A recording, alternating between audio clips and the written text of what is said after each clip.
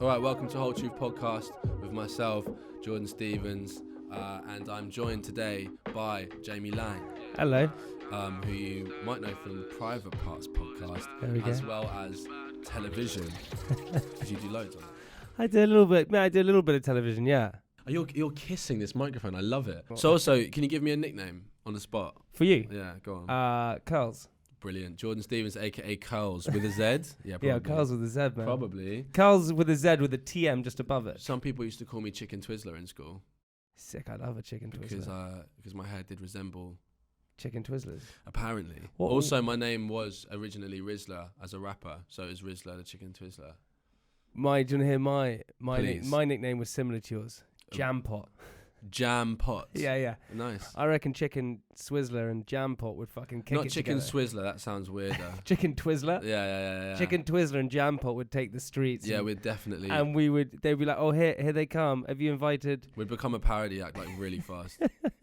And we'd be like, no, this is completely serious. This is The problem upsetting. is with the nicknames is when you go to a private education school, they just basically put O on the end of your name. So I was Lango for a bit, or it was Steve-O, or it was like Jono. It's always like that. Really? Yeah, they always do that kind of thing. So it's not very I creative. could end up asking you about the insider goss on private school. For a Oh, while. mate, we don't think we have time for that. Yeah, no, probably not.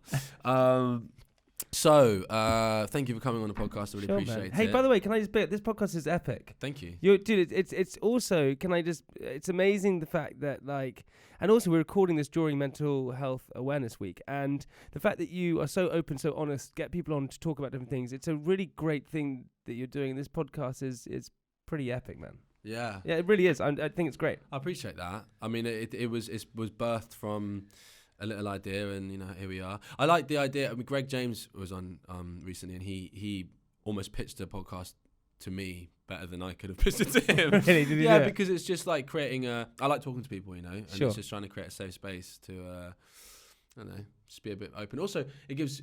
I mean, different with you because you are also very honest and do your own podcast, but you're wanting to give fans, I suppose, or just listeners an opportunity to hear a different aspect, a different angle on.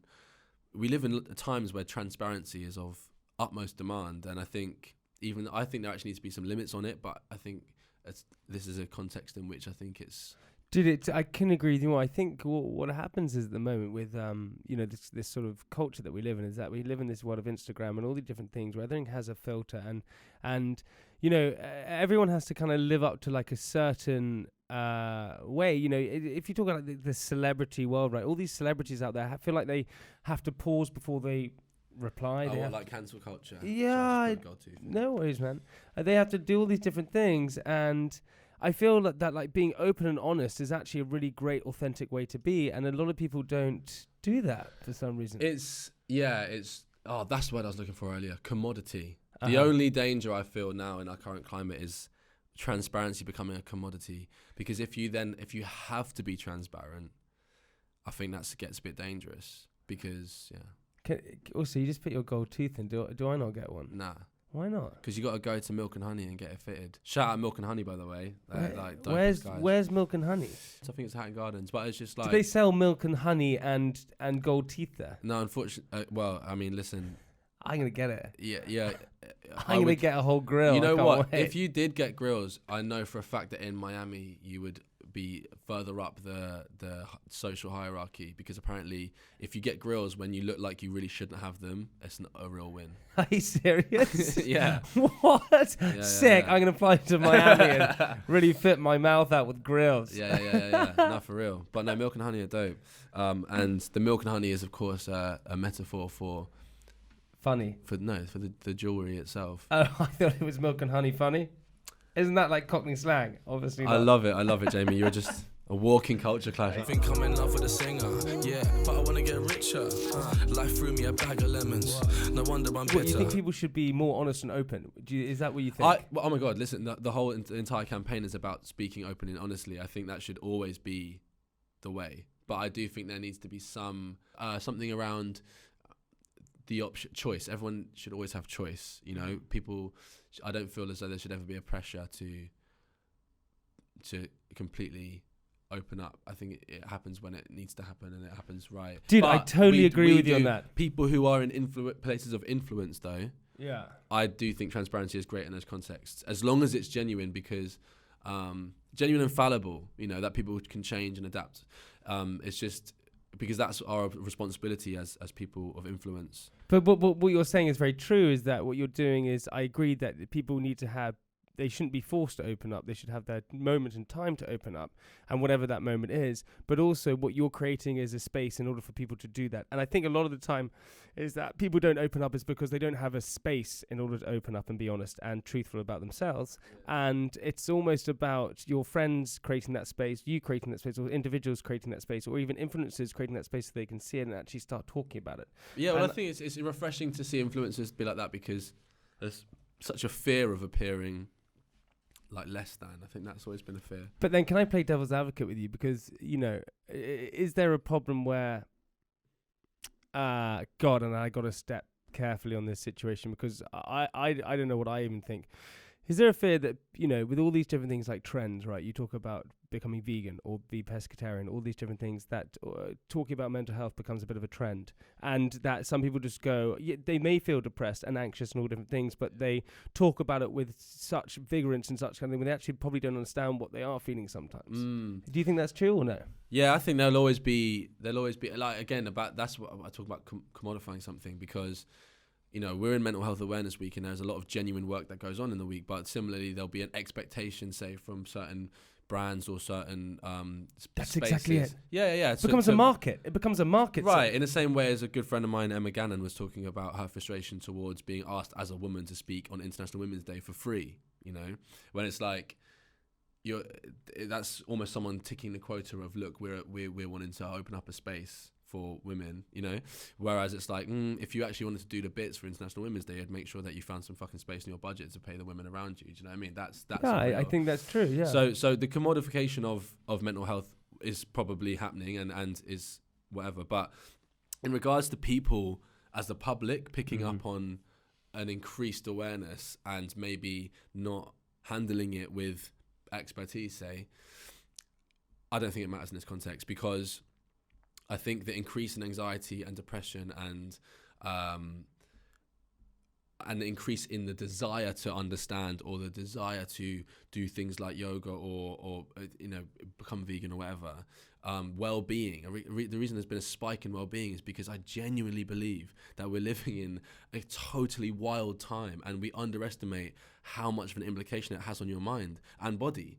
We sometimes we talk, when I have these conversations with people, it's like, we forget, if we just take a step out, of course people are going to be freaking out every day, because you've got this other limb with everything on it, like the entire universe is in your palm, and you're looking, and it can have the ability to trigger loads of parts of your being that totally. Do you know what I'm saying? Well, Whereas all you got to have to do is be connected. That's all. Well, there's an interesting thing. There's two things here, because firstly, you talk about that why loads of people are feeling this different way at the moment. That kids, in the 60s, if you had anxiety or depression or whatever, you would actually be sent to, if it was quite extreme, you'd be sent to a psychiatric ward.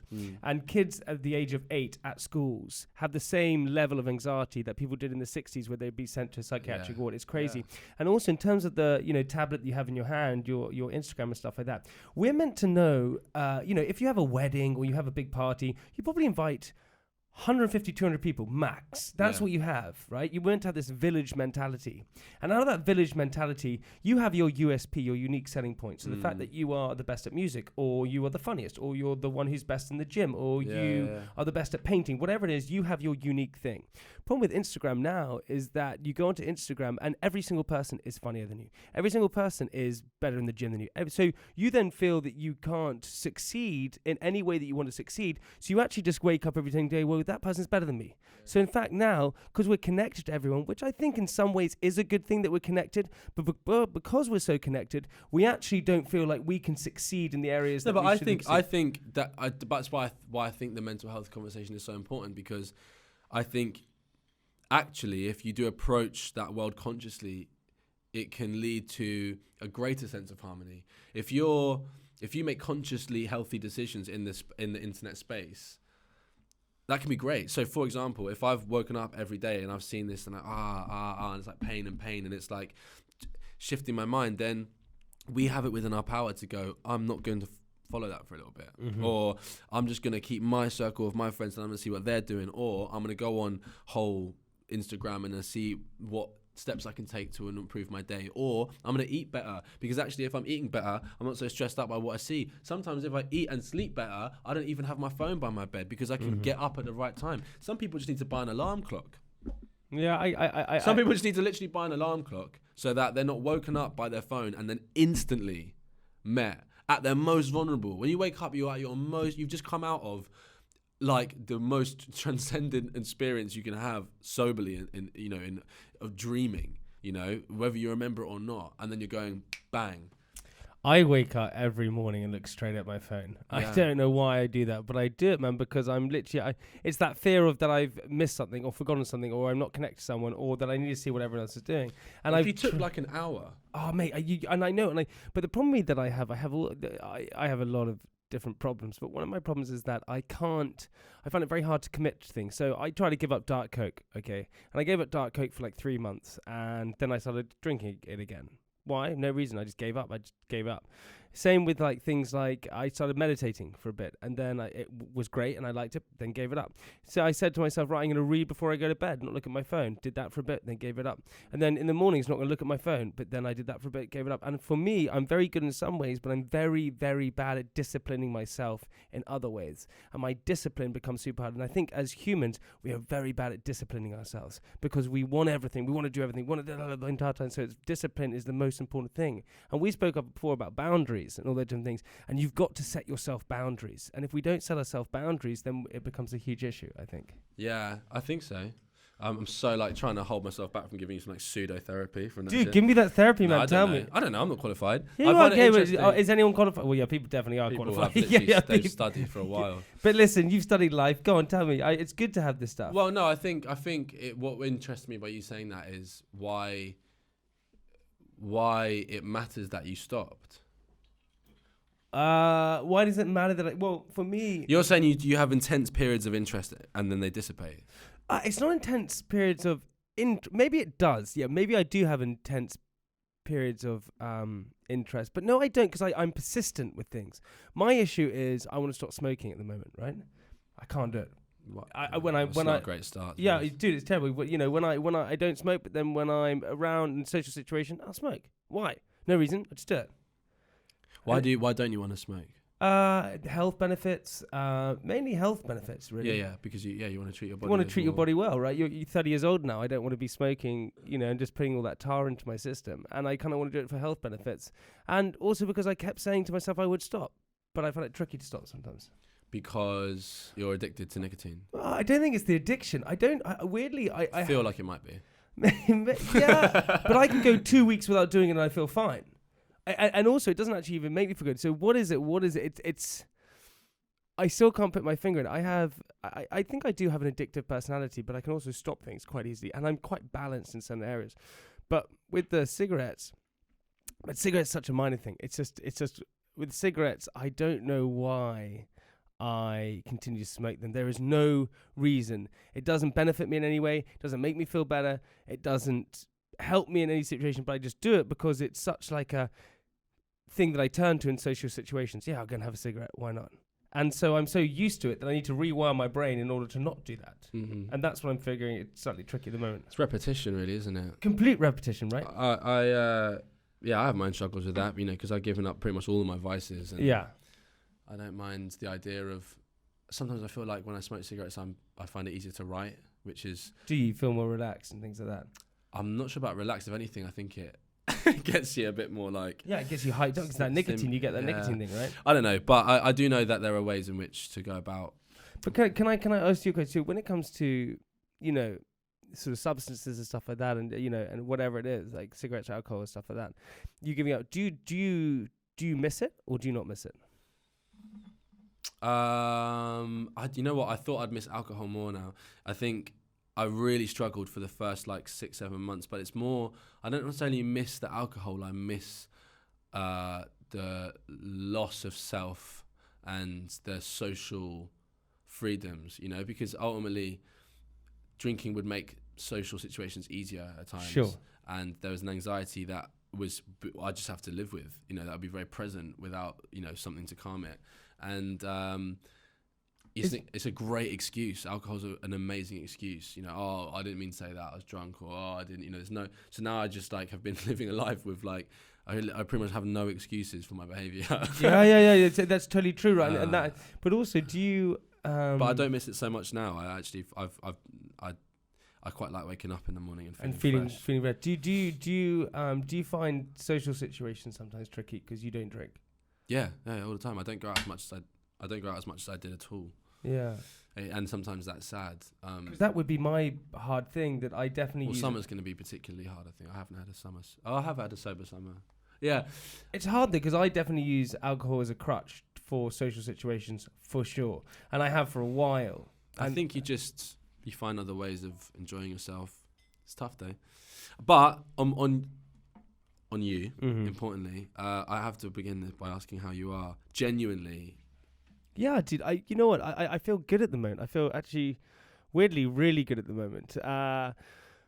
I mean, I've had ups and downs throughout my 20s for sure. Through lots of different things. How old are you now? 30. Really? Yeah, 30. You feel good? Yeah, I feel good. I went through it, but I'm single now. I broke up with my girlfriend about a month and a half ago. Whoa, that's really recent. Yeah, really recent. But How long were you with her? A year. But I came out of a 2.5 relationship just before that. So I was in a 2.5 year relationship, which was really quite toxic. Had a 3-4 month break, and I just feared being lonely, and so then I went straight back into another relationship straight after that, and that lasted a year. And mate, she was epic. She is epic, and we had a freaking cool relationship in lots of different ways. But I was internally just not present or happy with myself, and that reflected on so many different things. And so I couldn't be in a relationship until I figured out myself.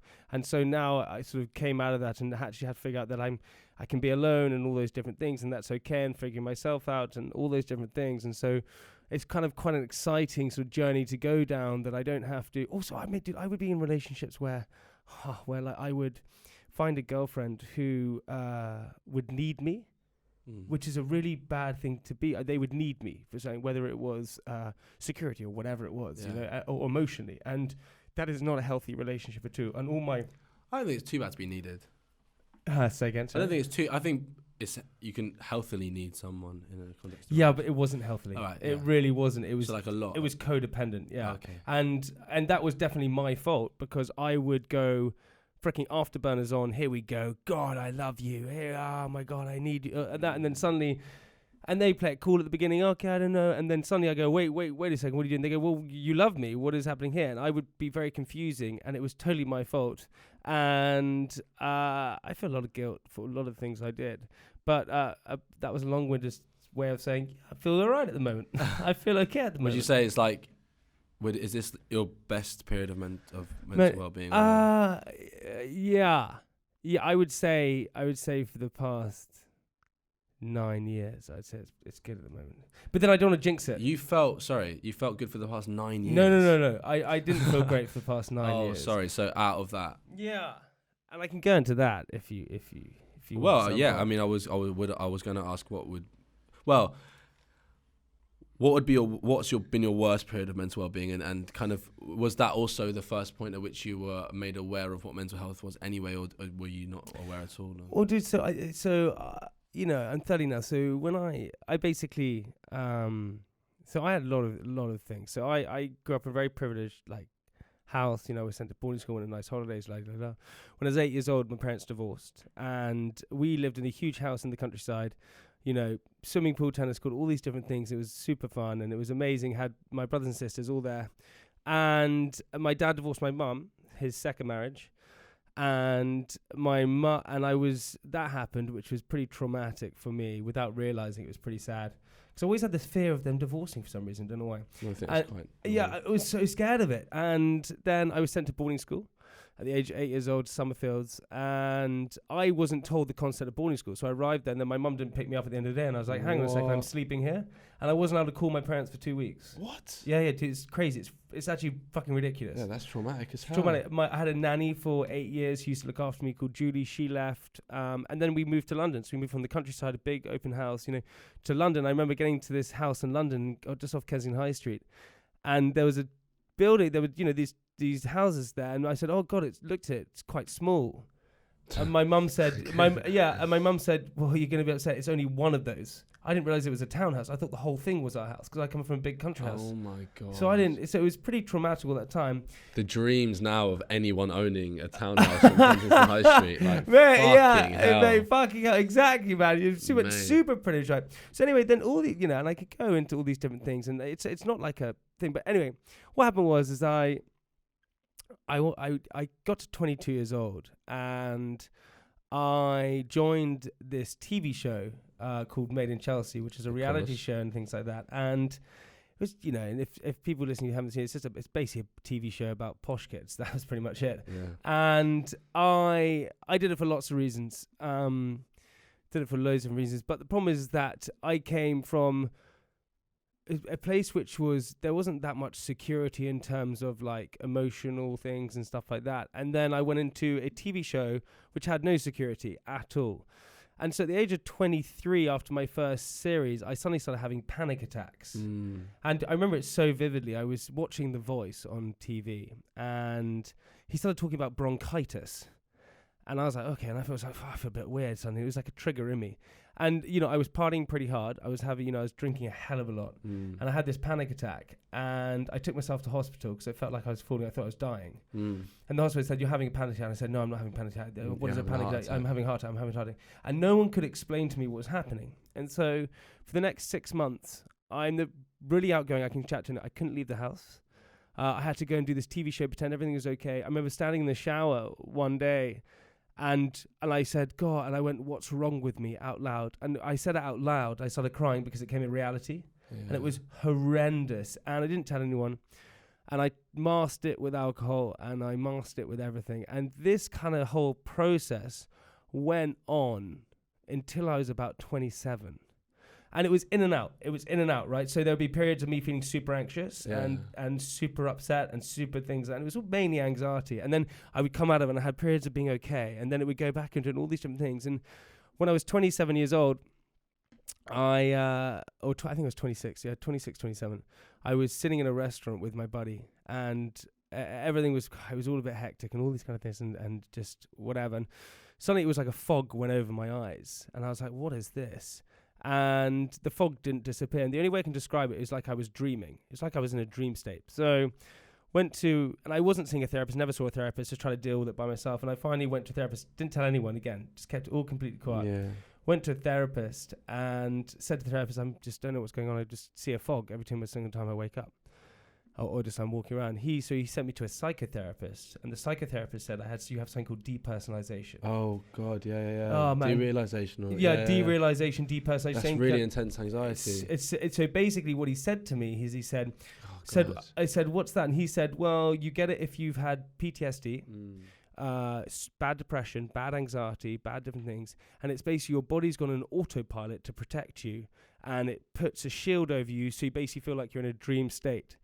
I had that for 6 months. And the problem was he said all those things, and then at the end he said, you can get it from all those different things, and you can also get it from psychosis. So I, being me and being a sort of catastrophizer where I just worry, I said, well, I've got psychosis, that's it. So I convinced myself I was going mad. I was like, well, I'm gone mad, that's it, 100% I've gone mad. And I had that for 6 months. Didn't want to wake up in the morning because I would open my eyes and it'd be this fog. It was terrible. And I had to live with this whole situation without telling anyone again. This fog, like... the only way I can describe it, have you ever had those times where you're so hungover that you're like, oh my God, I don't even know where I fucking am? So you mean more like a figurative like? It was you're just zombified. I'm zombified. The fact, so we're chatting now, right? And we're just you're having a free chat and we're just doing whatever. If I was talking to you back then, I would have to think about my next word. Yeah. So I'd have to think about, I'm going to say I'm going to say you. And being on a reality show where I was seen as the guy who was super charismatic, fun, entertaining, all those kind of things, I had to try and live up to this person the entire time, because suddenly this person had gone for the moment. Yeah. And it was horrendous. But then I went to therapy for like 2, and I think for anyone, right, it doesn't matter if you're anxious, depressed, or whatever. I think therapy, just in general, is amazing. It's power, right? Having that self-awareness. And I went to therapy, and I did it for 3-4 years. I just stopped it, actually. I don't know why I stopped. I just did. But went 3-4 years and just basically figured out myself. And I think what happened is that we spoke at this before, that we live in this life where instant relief. If you want to get drunk, you take a drink. If you want to get high, you take a pill. If you want to be entertained, you watch YouTube, right? So I was like, well, where's my quick fix? Where is it? And my therapist was like, there's no quick fix. Yeah. You have to go and solve you first. And I realized that mine was all down to this abandonment and Of course. all these different things. But dude, it was intense, Mate, man. boarding school sounds, I can't, that's next level. Oh, dude, yeah, I think the educational system as well, man. I heard, like, I think, and sorry, I rambled, John. I apologize. It's good, mate. No, it's good stuff. I'm sorry, man. I do ramble a lot. But I think the educational system is flawed because. Yeah, of course. Sorry, can I just apologise for my snoring dog? Can you hear that? Yeah. Yeah, but it's badass, man. We love that. Yeah, sorry, Spike's just snoring out here. Spike, do you want to just quiet down a bit? All right, sorry, carry on. But I the think educational system. I think the educational system is flawed because I think people don't focus on creativity as much. And I think that if you're failing at math, science, and history, you're seen as a failure. And I was lucky enough because I was good at sport. But then when I was 18 and I wanted to be a rugby player and I damaged my knee and I didn't have sport anymore, I was then seen as a failure because I wasn't good at work. And I listened to this guy. Very competitive, It's isn't it? so competitive, man. I listened to this guy the other day, a guy called Ken Robinson or something like that, who spoke about creativity, and he told me this amazing story, or told this to the crowd. He said his wife was is a ballerina, and she was an incredible ballerina, but at school she was failing everything, and the headmaster brought in her parents to kind of talk to her about how she was failing, and they sat her in the room and they said, look, your daughter's not doing very well. They went, okay. And she said, she's failing everything. They went, okay. And he said, can you come with me? So they took the parents outside the room. And as they did, he pressed play on a music machine, shut the door and said, watch this. And they looked in through the window and their daughter started dancing. He said, your daughter's not sick. She's not a failure. She's a dancer. Send her to dancing school. And he says, he sent her to dancing school. She was a ballerina her entire life. She wrote plays with Lloyd Webber. Now she's a millionaire. And one teacher would have said she's sick and a failure. Another teacher said, no, she's going to go to dancing school. Yeah, I love and that. it's amazing. And it's the fact that, creativity is so important. And for me, I just feel that I wasn't. There's so many kids out there, man, that are so hugely talented in so many freaking ways, and they're not giving.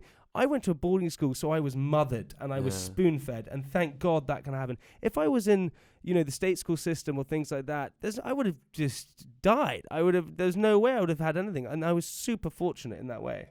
Yeah, I mean, I found school. Yeah, I didn't like it. You didn't like it, but you're super smart, right? And you're super creative. So I think I think intelligence is like I don't even know how you would. I don't think it's necessarily measured just that purely academically. Do you know what I mean? I think. But it is growing up. There's though, right? like a social intelligence. There's an emotional intelligence. There's an academic intelligence. There's a sporting intelligence. You know what I mean? Like if you think about the amount of mathematical calculations that have to go through like a baseball or cricket player's mind before they strike a ball or throw a ball, that's genius in my mind. A footballer, sure. The fact that they set up a free kick and they're like aiming the trajectory of a ball over a wall. You know what I mean? It's not. I think we underestimate how much skill is involved in that. I think for me, I think I'm quite apt. I learn things quite quickly, and I think I pick up on things quite quickly. I think. But I don't know, mate. All I know is that I worked really hard in school, outside of school. I didn't really. But in what, in terms of studying and? No, I just did what I wanted. Whatever I was passionate about, I'd do after school, and I'd do it a lot. And and it was to the point where I used to just enter competitions after competition. I just would. Anything that didn't have a kind of expectation or pressure on it, I would do, and I'd probably do it really well. But dude, that drive that you had and that passion, that desire, where does that come from? Where did that kind of desire to go, right, I'm going to go and do this, put myself out there and be vulnerable in front of these people? I just think that I just think in terms of my drive, I think just my mum's a rebel. She I grew up on marches and really fighting the government and fighting the system. So I just think. I remember my mum said to me when I was so much younger, she said something like, Jordan, if someone tells you to do something, it doesn't mean you have to do it. You always have a choice. So, you know, like fast forward and she'd be like, do the dishes, and I'd just be like, no. but weirdly but good more advice. Well, yeah, I think, you know, there's always ups and downs to these things, but in terms of drive and ambition, I think from an early age, my mum definitely would have. I've always been. I asked a lot of questions as a kid. I was one of those kids who would just like sometimes wildly inappropriate questions. I would just ask. I'd just go up and ask someone exactly what I wanted to ask them. And I think my mum did a good job of. She's quite liberal in her parenting, so she encouraged that rather than, you know, there's a different type of parenting which is more regimented, maybe which is like don't speak to strangers or don't ask questions when you're not, you know, that kind of thing. Where my mum was like, you know, do your thing. But dude, it's interesting you talk about that authority because they did a test, and I can't remember which test. They actually made a movie about it. They did a test where they put people in pairs, and they said, right, this is your partner, this is who it is. We're going to take you to a different room. Your partner's going to sit in one room. There's going to be a wall between you. You're in the other room. And they said that the partner in the other room is connected to electrical wire that you have control over. Every single time you get a question wrong, you have to turn the electricity up. And they went, okay, fine. And this person in a jacket, you said to them. Said, right, okay, here we go. Here's your first question. They get it wrong. They're right, turn up the electricity. So turn it up. And you'd hear screams coming from the next door room. And the person in the room would say, are they okay? Are they all right? You go, yeah, they're fine. Just, you know, keep going. And they would keep getting questions wrong because they're impossible. They kept turning up to the point where the electricity would be killing, and then the screams stopped.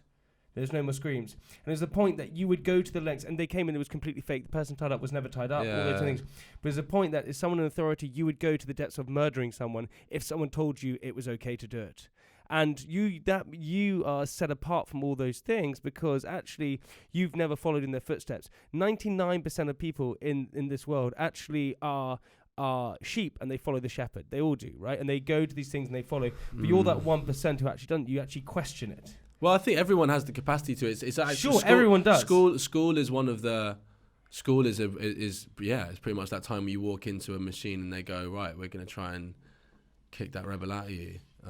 Dude, it's crazy. And also school, this is the point, you know, Mozart said it so well, is that everyone's born creative, but life drives creativity out of you. And that's what happens, man. Totally. And fucking, this is why the system is so annoying, is that we get all this stuff driven out of us throughout life, and so many people could be so badass. I think it will change, though. Do you think so? I think it has to, because it's outdated. Like, without getting too catastrophic, we are existing in a time where technology is advancing rapidly, quickly, right?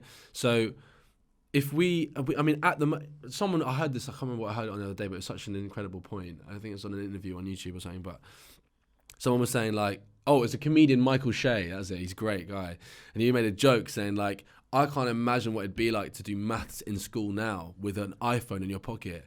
The most annoying thing in the world, to know that all these fucking questions, you can just pick up a phone and just answer it instantly. Not even type it in, just go, hey Siri, what's this? Like, and it's done. Like someone's so telling you got to do it. So I think we're moving into an age where the soul of the human spirit, the actual purpose of existence is no longer going to be in the accumulation of knowledge, because we're creating things that will be infinitely more capable than we are, which I think is pushing us towards true humanity, in my belief, which is connection to another person, creativity, things that are fluid and aren't rigid. Like, fluidity is basically what makes a living thing living, because it's not an algorithm.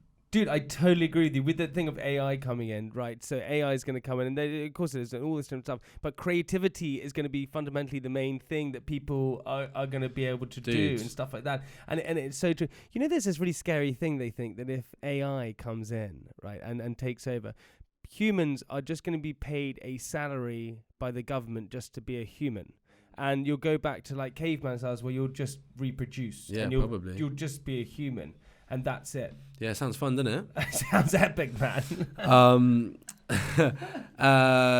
Do you feel comfortable talking about your mental health publicly? You're quite open. Yeah, I do now. Because before, man, no one, well, they probably did, but no one told me what it was. Like, dude, I had anxiety and panic attacks, I said, and all these different things, and no one else was experiencing this. And I remember saying to people, I remember saying to my friends, like, do you ever feel like a bit panicky and a bit scared, but not really? And I wouldn't, and they would go, no, I feel good. And I'd be like, oh, okay. Really? Yeah, and so no one. That's really scary. It's really scary, man. And when no one else relates to it, it's pretty horrible. And then I started getting tinnitus, and that was really bad. And so no one else was experiencing tinnitus and all this different stuff. And so I kind of just had to deal with it myself.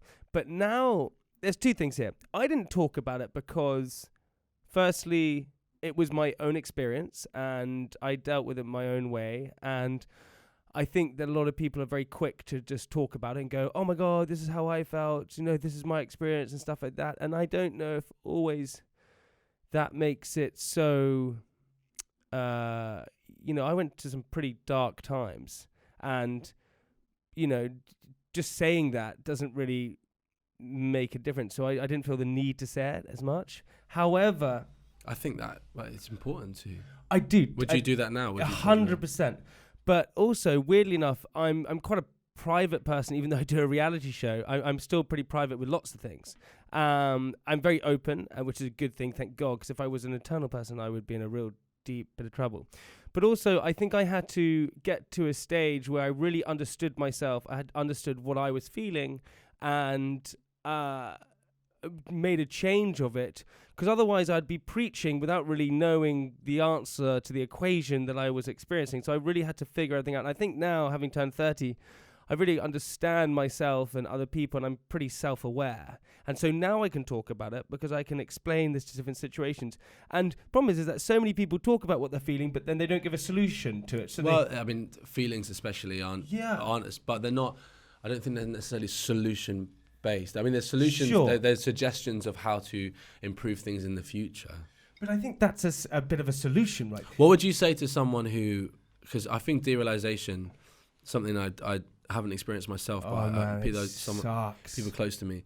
It sounds utterly terrifying. It was horrible. So what would you say to someone who is struggling with derealization now? So derealization and depersonalization, this is a similar thing. Firstly, the biggest thing that happens when you experience something like that is you think you're going mad. So you think you're insane. And the problem is when you think you're going insane, it's a pretty scary thing because you think your life is over. And then what you do is you catastrophize your life. So you say, I'm going insane. This is going to happen forever. It's never going to pass. I'm going to end up doing something stupid. And you go down this whole horrible road of experience. Thing with depersonalization, derealization, first and foremost, 100% it gets better. Without a doubt. Without a doubt, it gets better. The second thing is that so many people on this planet are experiencing the same thing as you. And worse. You're not the worst. There's no way you're the worst. There are other people worse than you. And the other stuff is that it's like a cloudy day, right? You're having a very cloudy day. There's clouds in the sky, but there's blue sky above that. It's just about finding a way of getting through those clouds to that blue sky. Yeah. And there is that pathway to do it. You need to start talking to people, start being honest, start opening up about yourself, start getting some sort of therapy, whether that's with your own family. There's a lot of information as well as books. All those different stuff. Start talking to people, start opening podcasts, up. Maybe. And do you know what the biggest thing for me that changed my life was exercise? Yeah. And God, I say that my sister struggles a lot of time with different things. She's an actress and she struggles with like confidence issues and stuff like that. And I say to her, get up in the morning and run. Yeah. There's Tyson Fury, who I listened to his podcast with Joe Rogan. And he went through a really dark time, a really horrible time. And he just said he woke up one day and started running. And it was like, oh, God, I feel a bit better. And it's a slow process. But I promise you now, exercise, not where you go to the gym, you lift a couple weights and you read the newspaper and you go and steam. Go and sweat. Yeah. Go for it. Doesn't matter if you're running, playing tennis, squash, whatever it is. Go and sweat. 45 minutes, 3 times a week. Yeah. Promise you'll start to feel better because your body starts to get rid of the toxins. Don't drink, stop caffeine, those kind of stuff, and just let your body reset. You're told this thing where we're all pint glasses, right? We're all pint glasses, and we've got holes in the pint glass. Some people have big holes, some people have small holes. But toxins, life throws toxins at you, so you put toxins into drugs, alcohol, love, relationships, all these different things. And your pint glass starts to go up. People with small holes, your pint glass overflows pretty quickly. With big holes, it takes longer. But at some point, if you don't deal with these situations, your pint glass will overflow. And it's just your pint glass right now has overflowed. You just need to settle it back down. What are the holes in that analogy? Well, I just think, I don't know. Are holes confidence? I think the holes are these things that, so Is a hole outlets? It's outlets. So for me, right, I have small holes in my pint glass because... I love this analogy. Yeah, this analogy is well. You have small holes in your pint glass. Yeah, because I'm innately quite insecure. Is that a hole? That means that my holes are smaller. So if you're not that insecure, you have big holes so you can allow those toxins out. Do you see what I mean? Right, okay, hold on. Do you see what I mean with this? Is this actually is it by the laws of physics, is this actually a sound analogy? Because I feel like... Not by the laws of physics, but like if you see it as an analogy just in life, right? You know, everyone's different in their own sort of ways. You know, you get some people who are scared of the dark and some people who actually like the dark. But what I can't establish is how you would lose water any faster with a bigger sized hole than if it was a little sized hole. If anything, wouldn't it be more beneficial to have smaller holes? No, because you have the same amount of holes. You just have some are bigger and some are... So on but one if you had glass, one massive hole, you'd just constantly be losing... Yeah, well then you'd be all right. So your pint glass never overflows. So you'd be fine. So you want a massive hole in your pint glass? Yeah, you want... So basically with you, right? So whereas before you spoke about clarity. Does that include the top of the pint glass? Yeah, the pop. If it goes over the pint glass, then you're it. freaking out. But with you, right, you were talking about this like self-awareness you have now, right? And you understand. I'm trying. You're trying, right? But you now are good at letting things go. I'm better than I was, yeah. Yeah. So with me, what I had to figure out is that I found lots of things. I couldn't let go of stuff. I was worried that my friends wouldn't like me a lot of the time. Yeah, I was worried about being abandoned all the time. I was worried about all these different things. And so all of these issues meant that I was just bubbling over. It's just fear, mate. It's just fear, exactly. And life is scary, man. Yeah. I think we've got to find a ways of just like of visiting that fear, actualizing it. Yeah. What is your mentally your biggest fear? I'd say my biggest fear is not loving, not centering love in my experience. I'd say because. But why are you worried about? Because we've sort of seen each other over the years, right? And you've been always super friendly, always super nice. And I would totally not get from you that you're not a loving person at all. Yeah, but I think that is another interesting thing. I feel like love is there are forms of love that we identify with morally, and there are also really difficult parts of love which we don't really talk about so much. So, for example, acceptance of rejection is a form of love. I get you. If you had a boundary and the conflict was I'm going to disappoint someone and there's going to be a possibility that they'll abandon me in whatever context, versus me being true to what I need in a moment and having trust in my own experience and then allowance for that experience to be out of my control. That's a dream scenario, because then you can go into the world and you just surrender to those realities. If you love someone profoundly and in that moment they decide they want to abandon you, you will the love that you can place in your own experience or in my own experience would be able to protect me. Do you know what I mean? Yeah. So you can go around being friendly, but listen, there's a load of people who are friendly are fucking dickheads. Like, no, I totally agree with you. And you know what? At that time, especially when I was my 2023, I was in relationships where I was acting up and I wasn't being loving in a true soulful way, sacrificial kind of like compassionate way. I'm always going to be friendly because that's just how I believe life should be. But you meet. Did you truly mean that? Is that what you're trying to get to? No. I think that like there are some people who aren't as bubbly as me, but who knows if they're as loving as me, because you only really know how loving someone is after an extended period of time, I'd say. Then can I ask you another question? What is the biggest lesson or biggest thing that you had to teach yourself?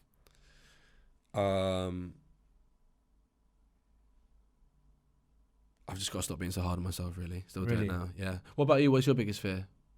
My biggest fear, got two, I think. But because of this depersonalization, my biggest fear is insanity. It really freaks me out. Yeah, dude, really, because I was really quite scary for a bit.